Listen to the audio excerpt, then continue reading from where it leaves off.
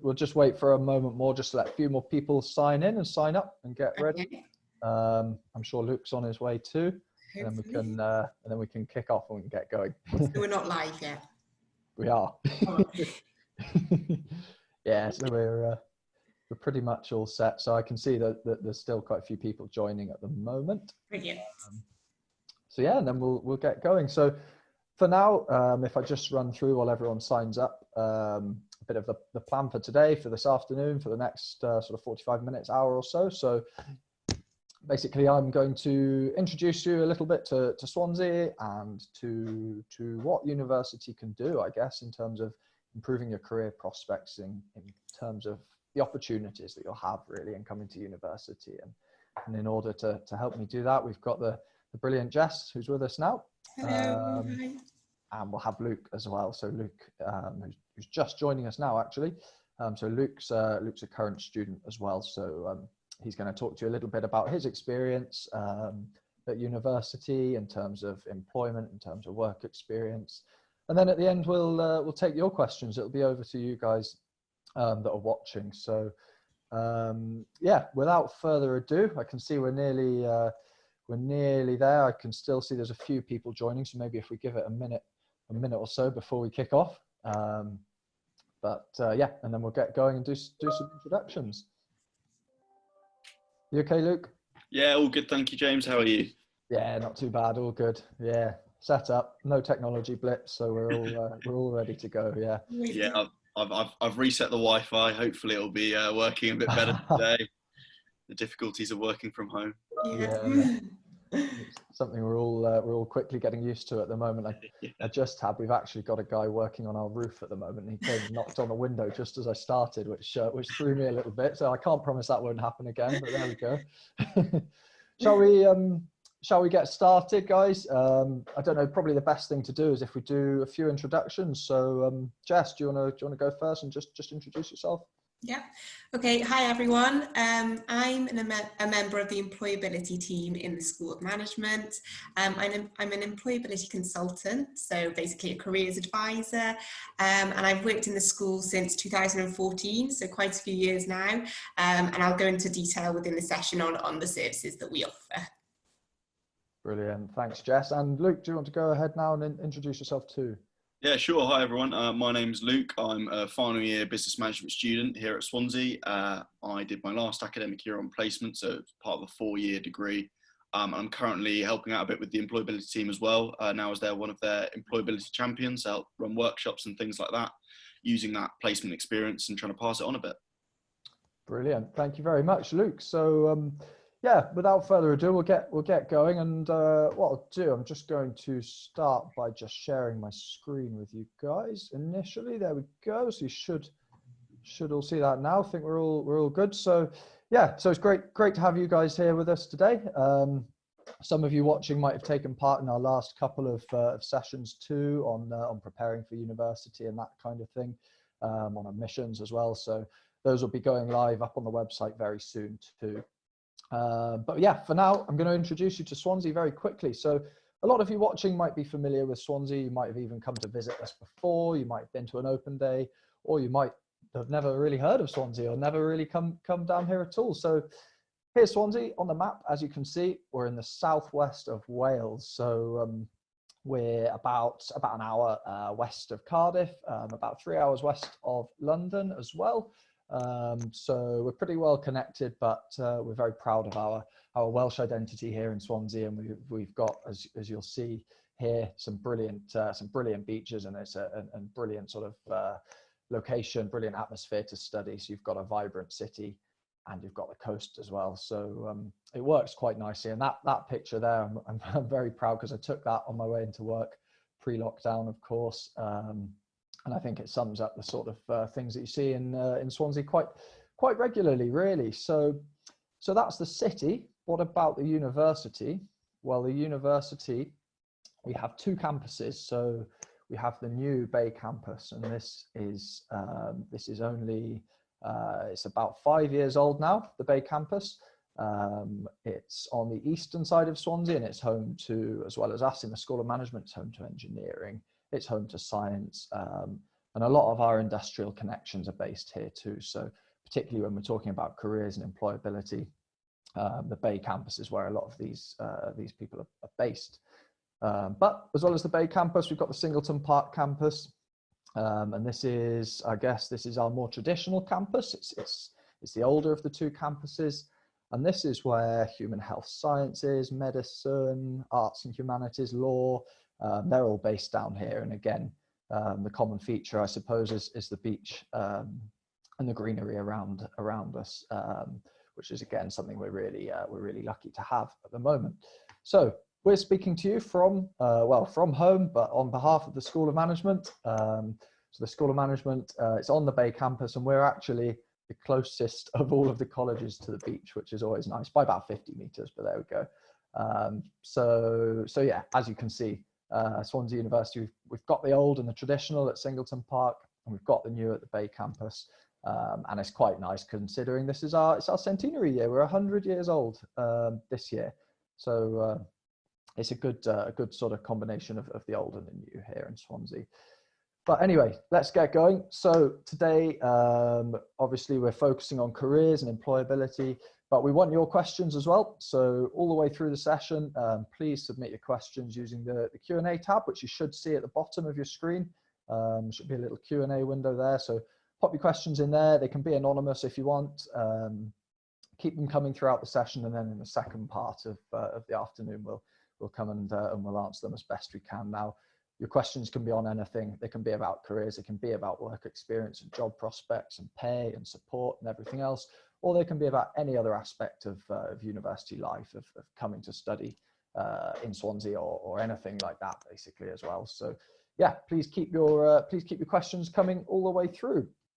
So let's just start before we have a chat with Jess. Let's just sort of take a step back and think about university and what's it going to do really for you, and how's it going to help your prospects. So I'm going to start on maybe a bit more of it's a bit of a sour note really at the moment, but the fact is coronavirus is the word on everybody's lips at the moment, and we know that this situation, as well as all of the other chaos obviously that it's causing across the world, it is going to have an impact on the jobs market.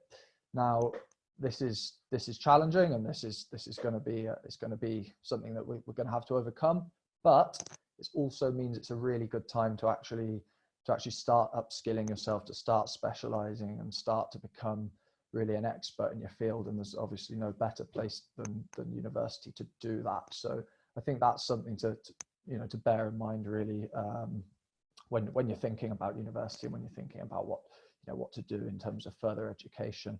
And on a more positive note, and this one surprised me when we were preparing the session, I think this is a great stat, and this is according to the Institute for Fiscal Studies, and they said in a report in February that the average graduate in the UK will actually earn £115,000 more than someone who doesn't go to university in their lifetime, in their working life. So that's a heck of a figure, and I think that's something really worth bearing in mind, particularly when you're thinking again what to do. So as we say, university, it's a great chance to sort of make those mistakes, to get your experience, to have some fun, to learn a lot, and ultimately to make yourself stand out at the end of it all. And that's why a lot of our students have had some really successful careers, and they've got some exciting graduate jobs, and you can see a lot of household names there. But it's I should add, and Jess will tell me if I don't, it's not just about these big household names. It's about some of the other really exciting sort of small, medium enterprises,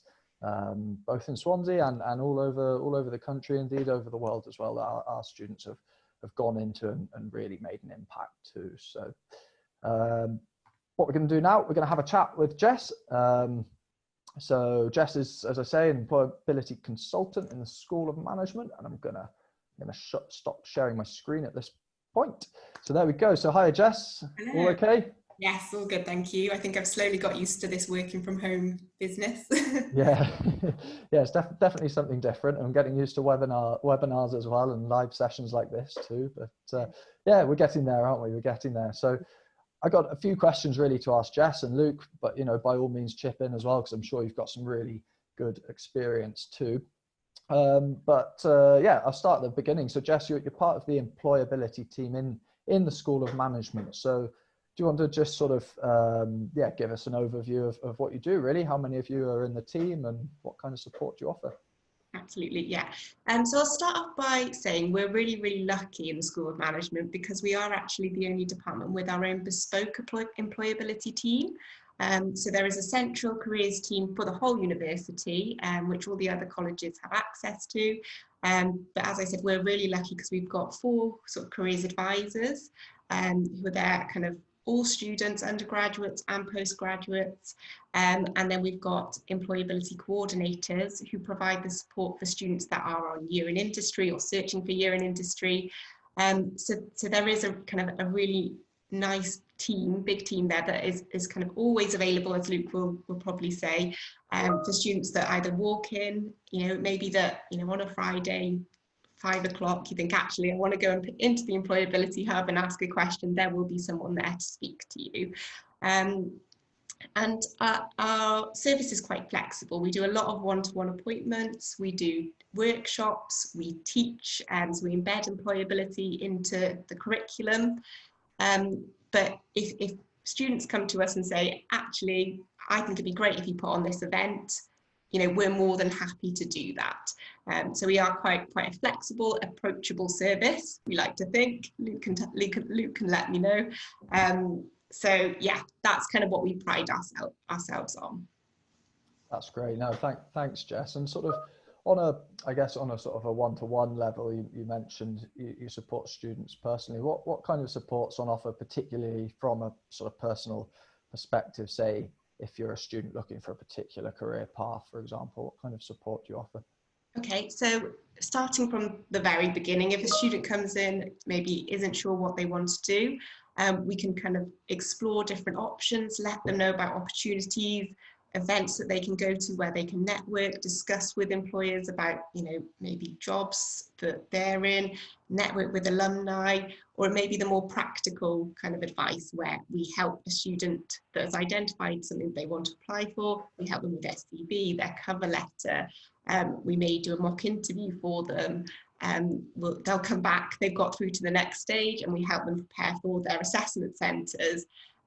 So as I said, students can come back as often as they like. So it doesn't have to be, well, I've had my CV looked at once, that's done. You can come back as many times as you want and we'll check your CV. We've also got a lot of kind of software that we can put you in the direction of. So if you've got numerical aptitude tests coming up, we can point you to kind of software that we've purchased where you can practice these tests. We've got video interview software where you can go and practice video interviews.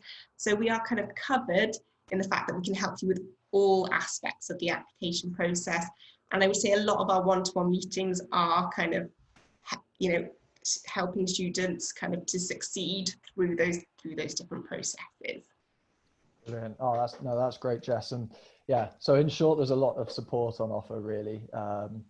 So yeah, when you come to university, Jess is probably going to be one of the first people you see when you start, and you start discussing your plans and maybe things you might want to do.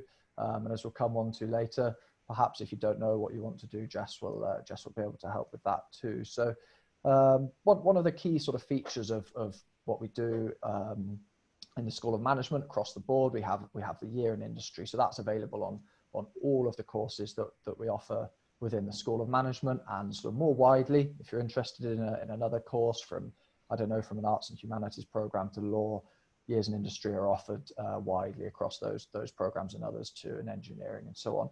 But Jess, is it something that you have to do that full year in industry? And if you don't want to do a year in industry, what sort of opportunities are there to still get some decent work experience? Okay, yeah. Year in industry is very, very popular. And so we have a lot of students interested in taking part. Obviously, it's a really, really valuable year of work experience, and you'll hear about Luke's experience at Honda after this. You don't have to do a year in industry. It's absolutely fine for you to think, actually, no, I don't want to take a year out of my studies. I want to finish my degree in 3 years. And we'll help you with opportunities, you know, summer internships. A lot of students do work experience alongside their degree. So we've got students that do maybe 1 day a week in a local company in Swansea. That's absolutely fine. And there is funding from the university, which is really, really handy to know about, in the fact that if you do work experience, say in the summer or alongside your degree, the university can fund half of that. So if the employer is willing to pay half of your salary, the university can match fund that. So there are kind of these pots of money, these services that will allow you to take advantage of work experience or internships in the local area. But yeah, year in industry, I will mention a little bit about that as well. So this is where you do a placement in your 3rd year. So it is part of your course. So, you know, as Luke will say, students go to kind of larger companies, smaller companies. It can be companies that you found on a website, or it could be something that you found through your own networking. As long as the job is of graduate level, that is absolutely fine, and related to your degree as well, obviously, then yeah, that's great. So students go off around summer, September time, they go and do 12 months of work experience, and they come back different people. They come back filled with confidence, really, really kind of just, yeah, a lot more knowledgeable about the working world. It's a really valuable experience, is what we found generally. But, you know, we kind of don't push either. We talk to you and find out the right opportunity, what is best for you, if that makes sense. Oh, that's great, Jess. Yeah, and that's yeah, I think that's really important. You know, it's that personal interaction. You know, when you come to university and you've got your career support, it's really important to have a sort of almost a personal kind of relationship with these guys. And yeah, as Jess says, that's all part of the service, I guess, part of the help. So another thing that I wanted to ask, and I think it's particularly at the moment, I guess something that a lot of people are thinking about is what if, you know, perhaps you know what you want to study when you come to university, Jess, but maybe if you don't know exactly what career you want to go into, what sort of support or advice do you give to students who perhaps don't have that clear sort of career plan in mind just yet? I think it's kind of at first a bit of reassurance that it's absolutely fine to not know exactly what you want to do, because I think sometimes there is a lot of pressure to think that you have to know exactly what your dream career is, or where you want to end up. Some students come into university and have that clear idea. They've come to university for a specific reason, to study a certain course, and they know exactly what career they want to go into. If you were like I was when I was in university, I went to university, I did something I enjoyed, and I didn't have a clue what I wanted to go into. But what we find is if you have a certain mindset and you kind of take advantage of opportunities and you go to the events that the university puts on, you think about what you kind of enjoy, and we also encourage students to self-reflect. So think about what your strengths are, maybe what your weaknesses are, what kind of, whether you'd be more suited to a smaller company, a larger company. We can go through kind of a whole kind of self-reflection exercise, which actually helps students kind of realize maybe what sort of thing they may be more suited for. But we also just then encourage work experience and help students find these opportunities, because usually at the end of the day, it's the work experience and the experiences that you go through that actually help you realize what you want to go into. What we say is if you do some work experience and absolutely hate it, that is a good work experience, because you know that, you know, after university you're not going to go anywhere near that kind of career, and therefore you've saved a bit of time. So yeah, we will help students kind of self-reflect. What we find as well is, you know, when we're looking at CVs and talking to students, students may not realise kind of the importance and the achievements from what they've done so far, and so it kind of helps students see their skills and their strengths. So for example, we have students come to see us and they've got maybe something like, yeah, in school I was a prefect, a head girl, and I won this award.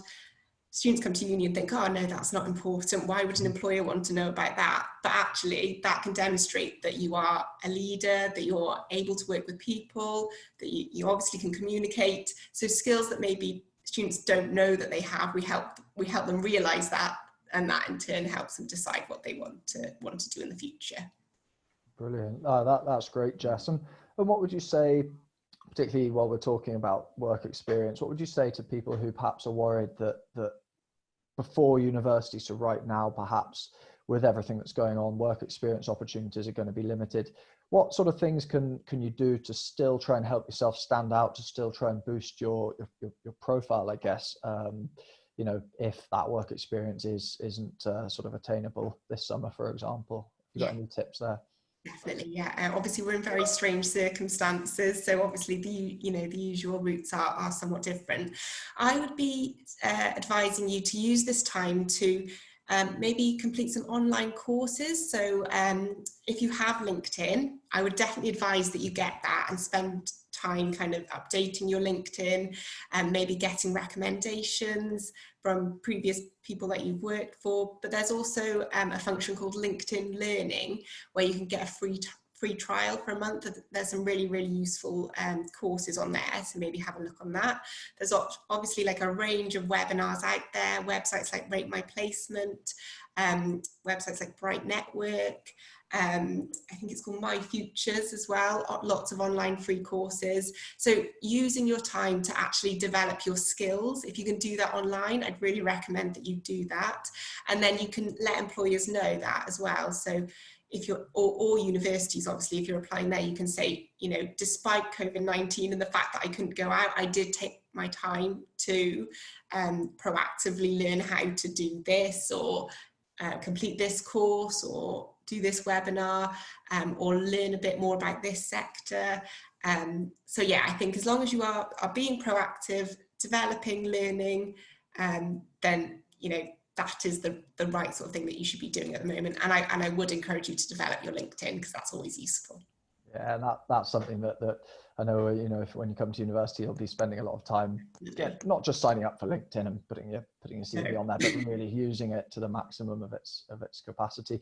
I should add with that as well, you know, when it comes to applying for university, so I before I worked for the School of Management, I used to be part of the admissions team, so I know that this year especially, we're not going to be put out if you can't get that work experience this summer. So those of you who are perhaps watching and you're in year 12, don't worry. If you can't get that work experience placement this summer, it's not going to be something that we as a university in Swansea are going to judge you negatively on at all. And I think that's most likely across the board, you know, in terms of universities in the UK. It is such a bizarre situation, of course, at the moment. I'm going to hand over to Luke now. So I'm going to share the screen again, because Luke is going to tell us all about basically his experience of in terms of work experience at university, and what he did on his year in industry. So I'll stop, and Luke, it's over to you. Sure, great. Thanks, James. Yeah, so I'm just going to chat a little bit about my experience, what I did and the opportunities that gave me, but also probably more what everyone watching is a bit more interested in, which is how Jess and the team helped me before, during and after my placement. So I'm not sure if I have control, but if you could just go to the next slide, please, James. Yeah, of course. There we go. But yeah, so for those of you that are interested, my official title was I was a Dealer Business Foundation Coordinator. I still don't know what that means. I think I sort of showed up very keen, and I liked the company, which was one of the main reasons I went for it. But I wasn't entirely sure what it was until I got there. All I knew was that it was a role which was pretty all over the place. I was doing a load of different things. So as Jess said there, learning what I did and didn't want to do within one role was a great appeal for me. So I worked for Honda's European business, so working with Honda France, Honda Germany, Honda Italy, etc. So working with different nationalities as well was a skill that I learned, because every nation has a very different way of doing things. As you can see there, the skills I gained from this, it was a largely project management based placement. So a lot of coordination, negotiation with the branches and with dealerships across the UK, encouraging them to use the tools that we're promoting. But also, yeah, wonders for my confidence, public speaking. Excel's a big one in there. I now can say I've got that real high competence level on Excel in job applications, which employers are really looking for. But also just the understanding of organizational decision making, or even the other valuable experiences such as them announcing a load of redundancies whilst I was at the company. It's a weird experience, and you get to sort of view how a big multinational company like that deals with such a situation. But yeah, as you can see on the right of your screens there, I had loads of other opportunities, not just related to my specific role. I think that's something which people often overlook on a placement, and how valuable that truly is. So you can see there, I've presented to over 150 people, the heads of Honda for Japanese head office, and then all of their countries across Europe, on the future of connected cars and all that stuff. In fact, actually, I think they've just implemented the whole connected services plan across. I saw that on LinkedIn the other day, and I was the person who put together the first presentation at Honda for that. So it's a bit weird seeing that come together now. But yeah, I can now ride a motorbike, much to my mum's disapproval. As you can see there, I had a couple of Honda Jazzes throughout the year as company cars, and I also had great opportunities to visit Brussels at the motor show. I went to Germany with the training team, and I drove all across the UK visiting bike and car dealerships. So that's sort of the look how great the placement was kind of bit. But if we don't mind moving on to the next slide. Yeah, I see caffeine intake features on that there too. Yeah, I wasn't a coffee drinker before work, and I'm sure the people watching who are in work will understand that one. Definitely a coffee before I start, because they had another advantage of working at a big company, I guess, is they had a great barista thing downstairs, and it's like 50p for a big cup of coffee. So yeah, that was very much enjoyed throughout the year. But yeah, so the stuff that you guys are probably more interested in is the application process. So this was sort of my timeline of my second year of university study.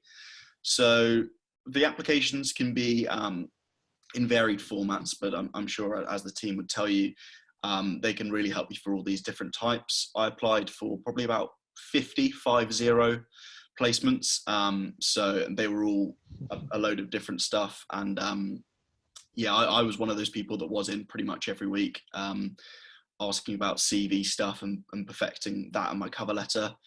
But yeah, so I did the sort of placement module. I think it's called the employability module in my first year, which sort of generally prepares you for all of that background stuff. And then at the start of my second year, I started applying, where the employability team really helped me with where to look, what kind of things I should be looking at with my skill set and my interest, because I didn't really know what was available.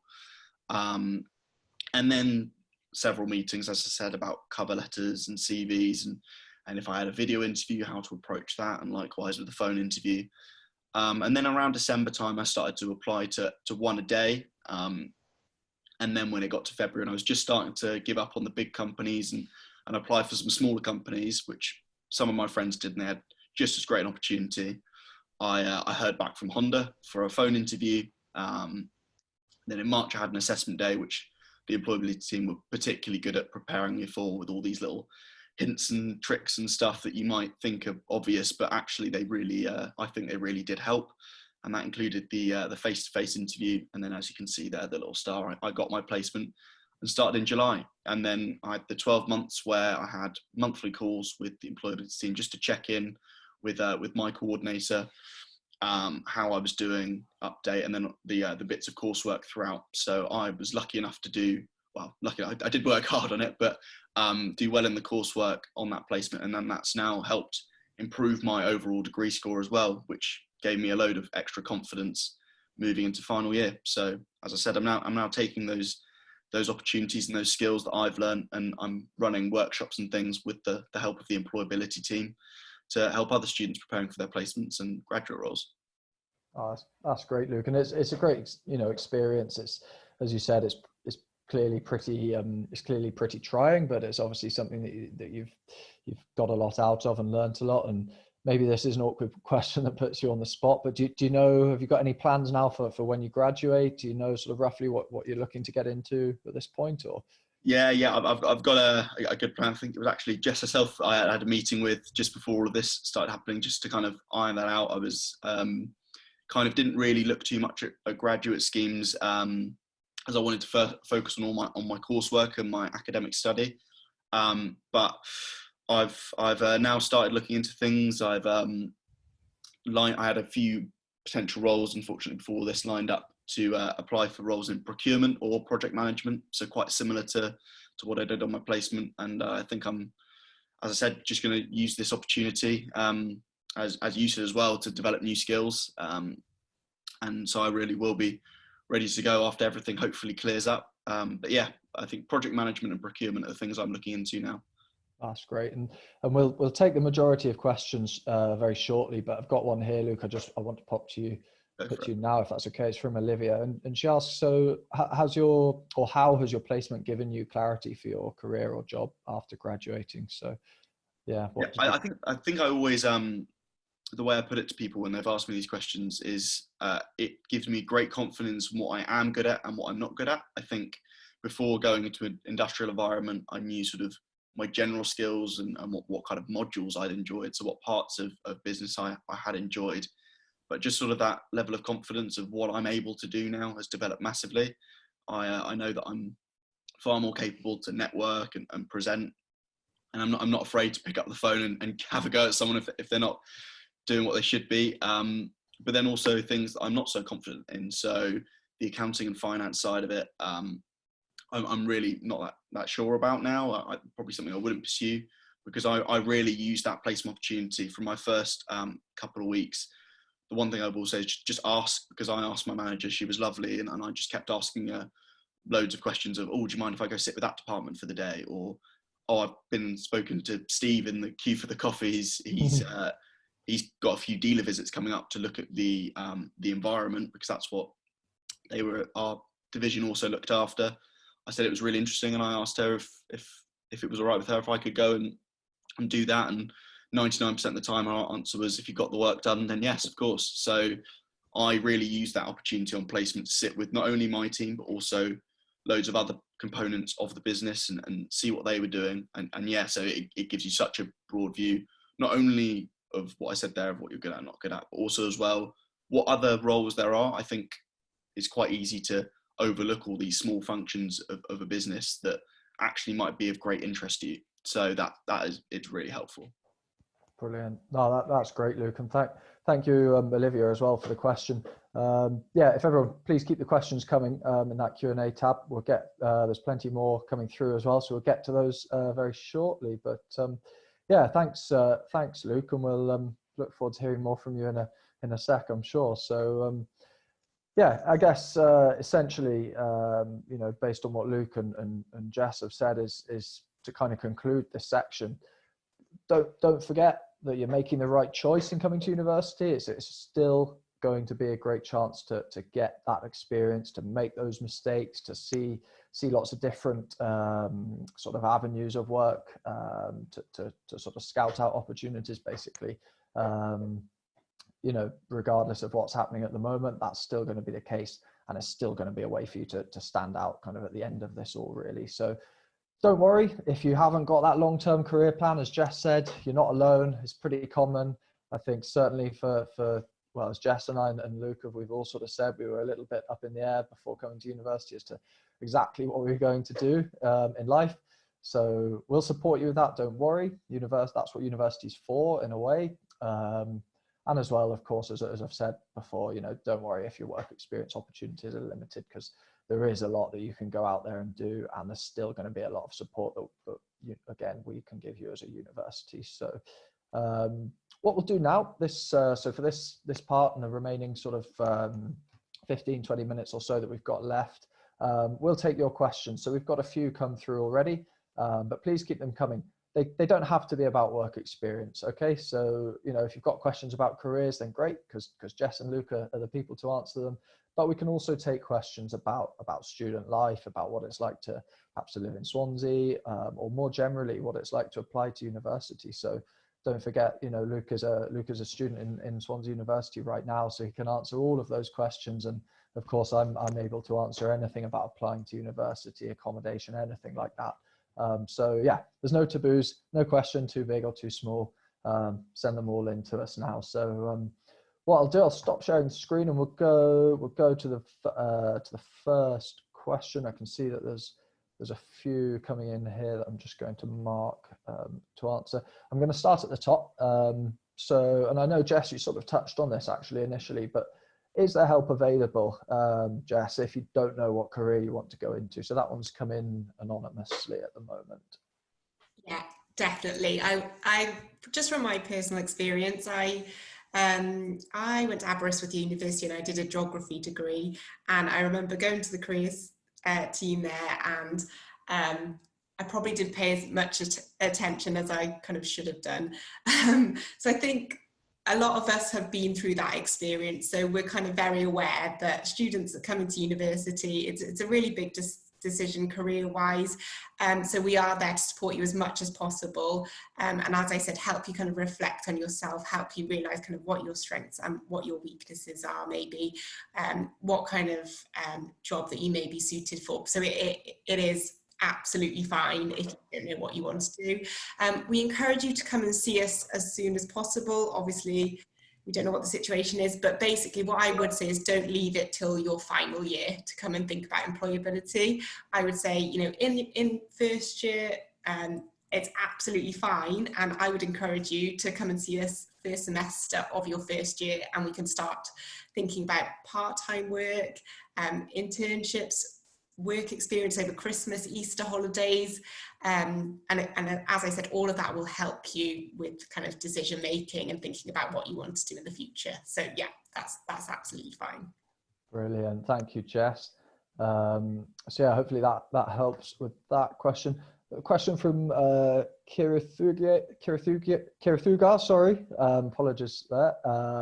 So the question asks, so I want to study medicine, but my work experience is cancelled.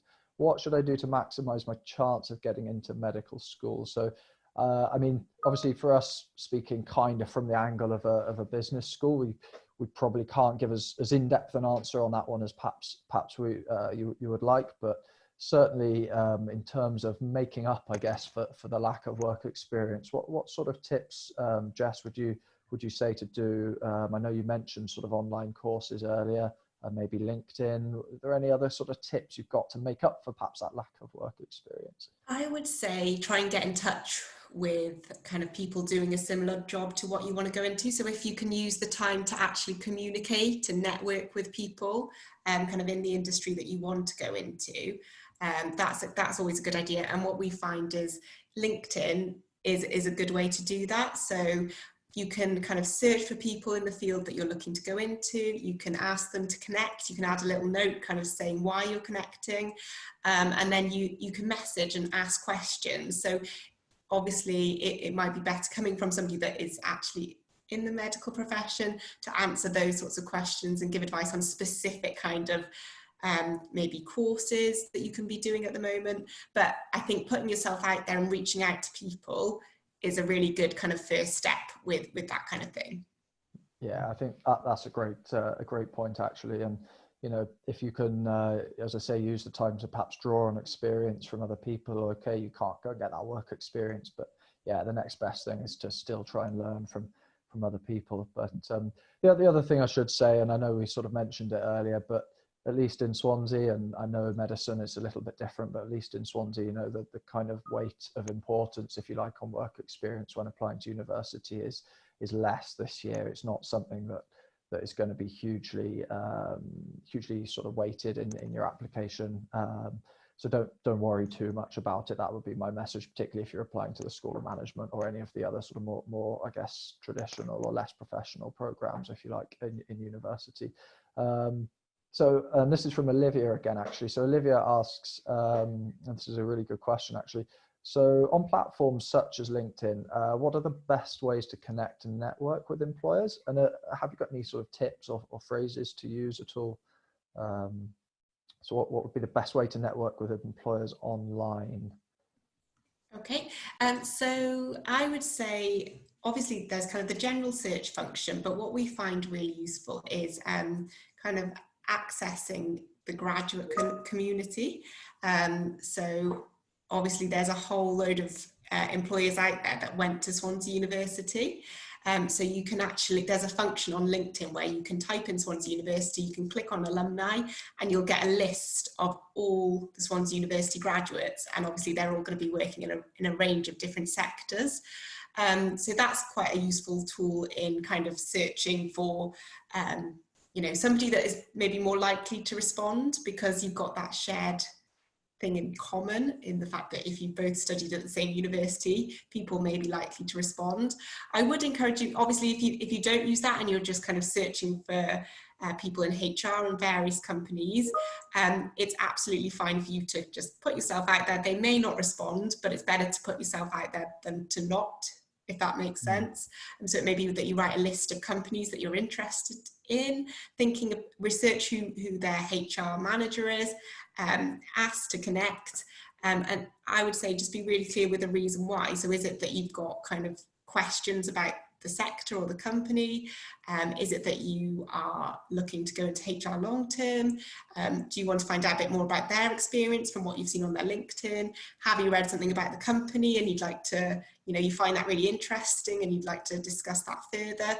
So I think as long as you're quite specific and you don't keep it too general, then people will read the message and think, okay, that's interesting, more likely to connect and then have a conversation with you. So I think putting some thought into the message that you send is kind of the best advice, rather than blanket messaging, sending the same message to lots of different people. Your message is more likely to get lost if you do that.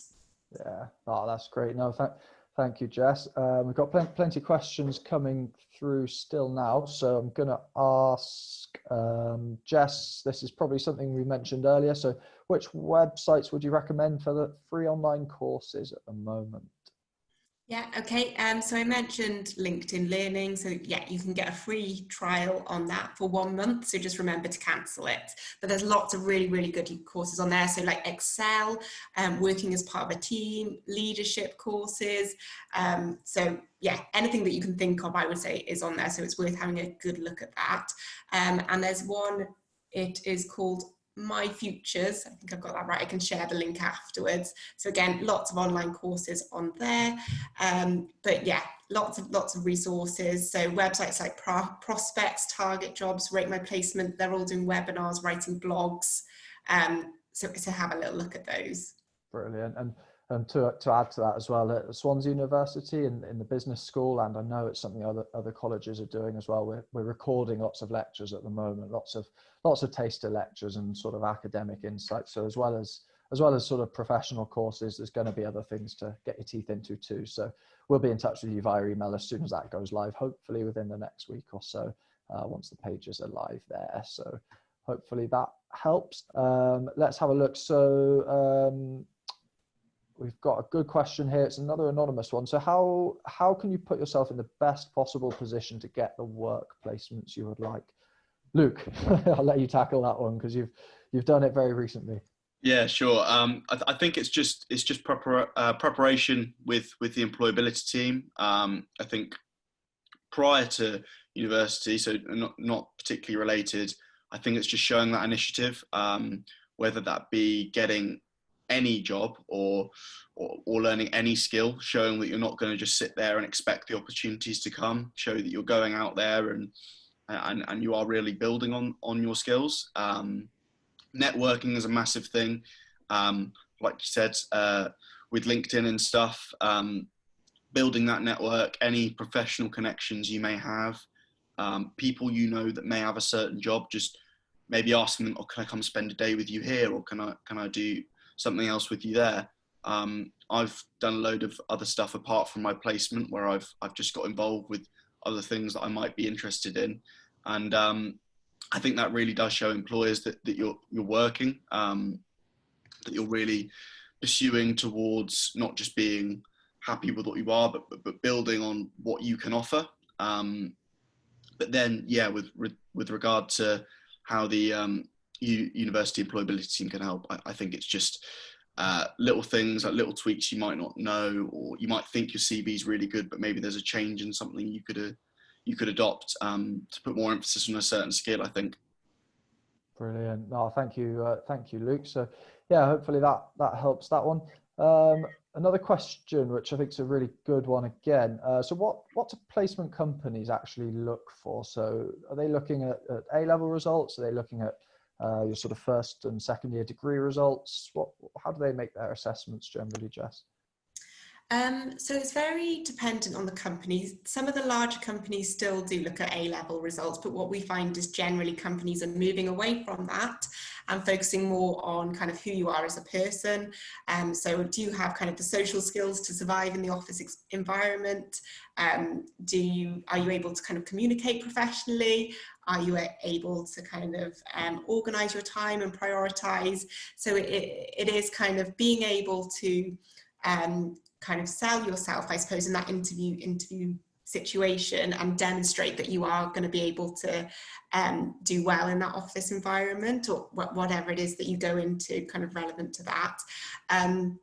So obviously the academic side is important. A lot of it is showing that you've got, say you're going for a role in marketing and you're doing a marketing degree. It's useful to show kind of the areas of marketing that you find interesting. It may be that you want to talk about certain topics or projects that you've done. But yeah, the way in which you speak about those and knowing the skills that you have, I would say is very, very important. Brilliant. Thanks, Jess.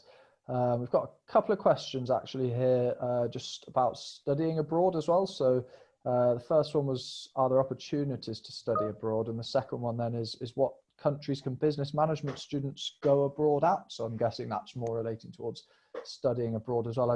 I don't know if that's your field, Jess. Is that something you're able to answer? Or? There's another member of my team that specialises, but I can try my best. So we've got students that have been to Canada, Australia, I think Spain. So yeah, that's just another alternative option to placement.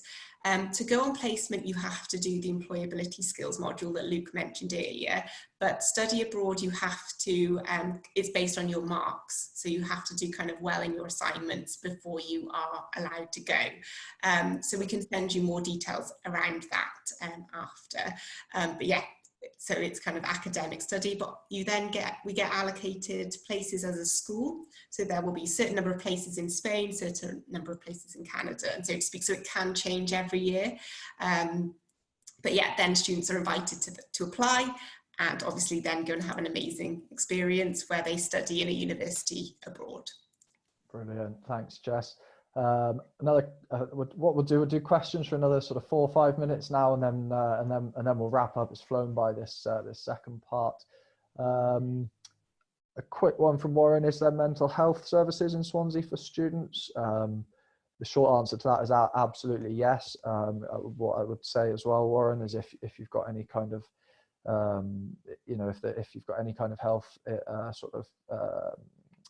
issue that you'd like to sort of let us know about, even at this point while you're applying, then please do, because it's something that we would like to know about and that we will consider kind of as part of your application as well. Not to mention that when you do come and study, there's a huge amount of support out there, both within your college. So for example, in the School of Management, we've got a team of student experience officers which are really good at helping to signpost you. And then there's a really comprehensive support team run centrally as well, which are very, very highly skilled in dealing with everything from mental health to other issues as well that might affect your studies too. So okay, let's go. We've got any tips on how to choose the right degree?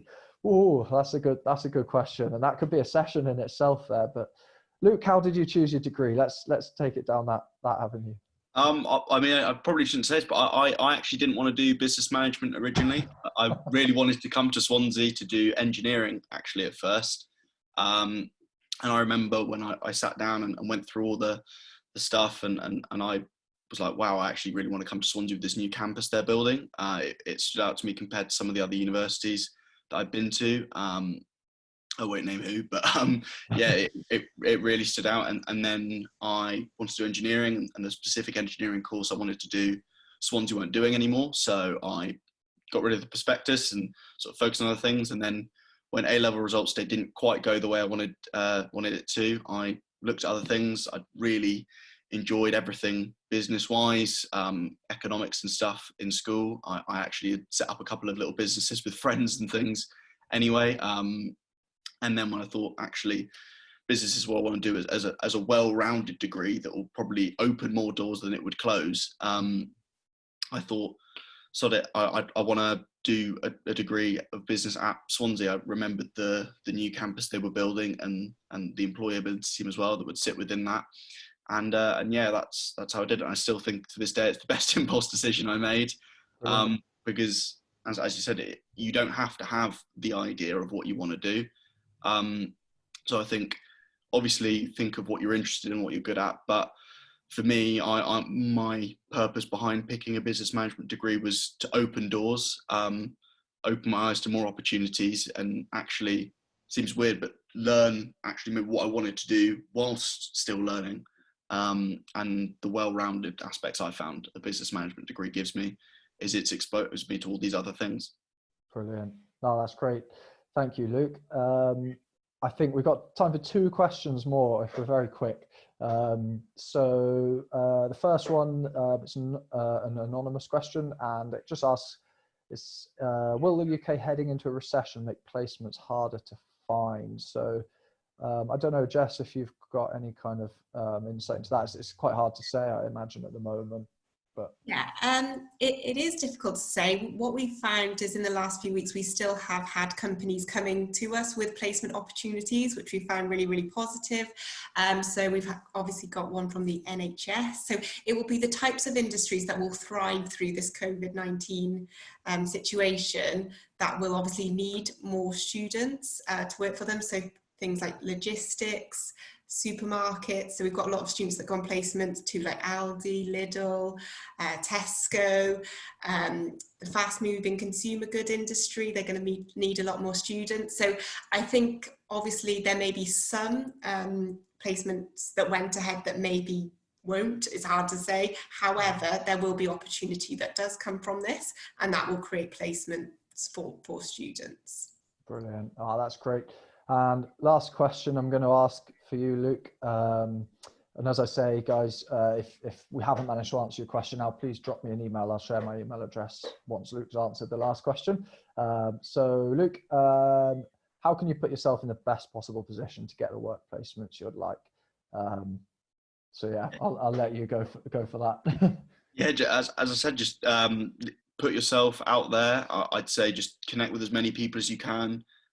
Build your network. There are people that have moved on from different companies, so from under 2 different companies that I worked with that I'm now still keeping in contact with.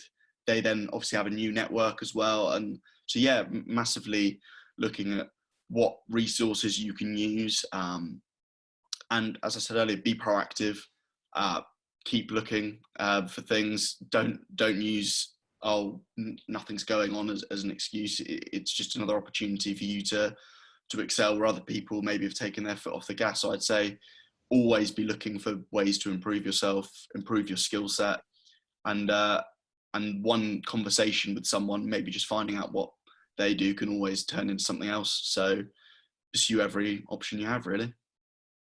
Brilliant, lovely. Well, on that note, like I say, we'll have to bring the Q&A to an end there, I'm afraid. Like I say, there's my email address in the bottom left-hand side of the screen. So if we haven't answered your question today, or you might not have a question now, jot it down and get in touch any time, basically. So I'm always going to be here. And if excuse me, if I can't answer your question, then I know Jess and Luke will definitely be able to help as well, as the employability kind of experts, I guess. So yeah, make a note of my email address, and yeah, huge thank you for coming along as well, really. I should say we've got plenty more of this coming up this summer, so do keep an eye on your inbox. Keep an eye on the university and the School of Management's website as well. So we've got a big virtual open day coming up in June, on the 10th of June. And as I said earlier, we've got lectures and plenty of resources coming on the website soon, and we'll be in touch with you as soon as those are live. So yeah, really, just want to say a huge thank you for joining us. Please, like I say, take note of my email address and contact details there. And huge thanks to Jess and Luke as well for being here too. So we'll end the session here and hopefully see you again very soon. Bye-bye. Bye. See you. Thank you.